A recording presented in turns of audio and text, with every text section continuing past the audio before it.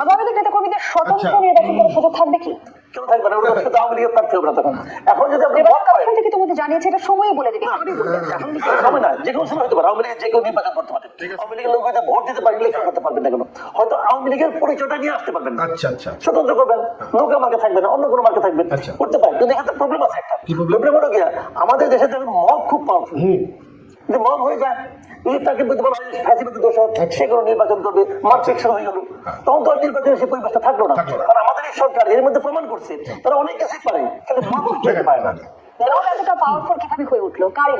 এটা ইন্ধন লাগে না ভাই। আপনি যদি মবকে তার মধ্যে চলতে দেন, আপনি মবকে যদি বিচারের আওতায় না আনেন, তারা মব করে যে তাদের বিরুদ্ধে কোনো অ্যাকশনে না যান, তো মব তো পাওয়ারফুল হবে। আপনি দেখছেন পর্যন্ত আপনি একটা মব খাইতে পারবেন যাদের বিরুদ্ধে অ্যাকশন নেওয়া হয়েছে? একটা দেখেন তো পারবেন না। এই কয়েকদিন আগে যে অনেক সময় দাবি আদায় অস্ত্র হিসেবেও মবকে ব্যবহার করা হচ্ছে। মবকে যেভাবে ব্যবহার করেন, মব নবী দাবি যদি আমি বললাম তো, এই যে কয়েকদিন আগে ফজলুর রহমান সাহেবের বাসার সামনে অশ্লীল ভাষায় স্লোগান দিল কতগুলি ছেলে মেয়েরা, দিল তো, দ্যাট ওয়াজ মব। কেউ তাদের থামানোর চেষ্টা করছে? কেউ করছে? কেউ তাদের উঠাই দিছে? কেউ দেয় নাই। তারা পাওয়া করছিল, সরকার এই করছে, এন্ডোর্স করছে, করো তোমরা। আর লোক পুলিশ ঘেরে দেয় যাতে নাকি ওদের উপর অ্যাটাক করতে না পারে, করছে তো, করছে। তারপরে তাদের ধরা পড়লো যে চাঁদাবাজি করতে চেয়ে।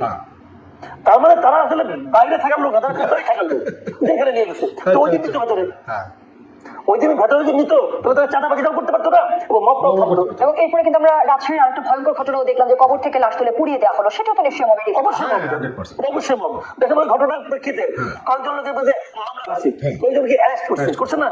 তাদেরকে অ্যারেস্ট করছে আওয়ামী লীগ, যুবলীগ, তবে স্বেচ্ছাসেবক লীগ, এদেরকে অ্যারেস্ট করছে। এবং তাদের মধ্যে অভিযোগ মামলা একটা হয়েছে, মামলার অভিযোগটা কি পুলিশের কাছে বাধা দেওয়া। মামলা কিন্তু হচ্ছে পুলিশের কাছে বাধা দেওয়ার অভিযোগ, মানে ওইটা মামলা না। আর যে খবর ঠিক তো ওটা কোনো মামলা হয়নি, তো ওটা নিয়ে মামলা না। জামাতের আমির ধরা পড়তো, সে তো মিটিং করছে, সে তো ওই যে আপনার ইমান আকিদা নাকি আপনার কমিটি করছে, কমিটির মধ্যে সে আছে, প্রেস কনফারেন্স। আপনি আদালতে না নিয়ে আইনটাকে নিজের হাতে তুলে নেন, সেটা তো মম।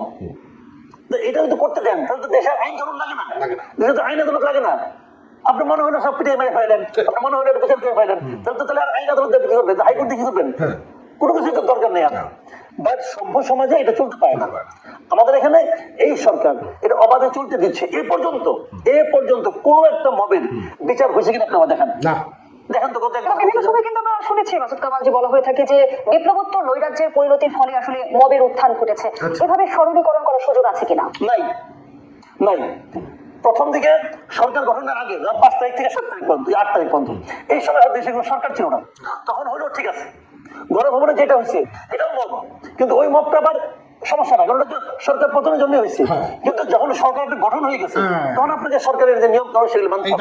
কারণ আপনার কেউ দায়িত্ব দেয় না, আপনার কোনো অধিকার নাই যে 32 নম্বরকে আপনি ঘোষণা দেবেন, পারেন না, ভাঙতে পারেন না। কারণ ওই 32 নম্বরটা তো গভর্নমেন্ট প্রপার্টি, ওটা ট্রাস্ট করে দিয়েছে, এটা গভর্নমেন্ট প্রপার্টি।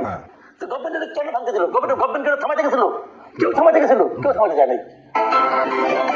তো বন্ধুরা দেখলেন মাসুদ কামালের যে বক্তব্যগুলো, সেই বক্তব্যগুলো আমার কাছে যুক্তিসঙ্গত মনে হয়েছে অনেকটাই। এখন আপনাদের কাছে কেমন কি মনে হয়েছে সেটা আমি জানি না।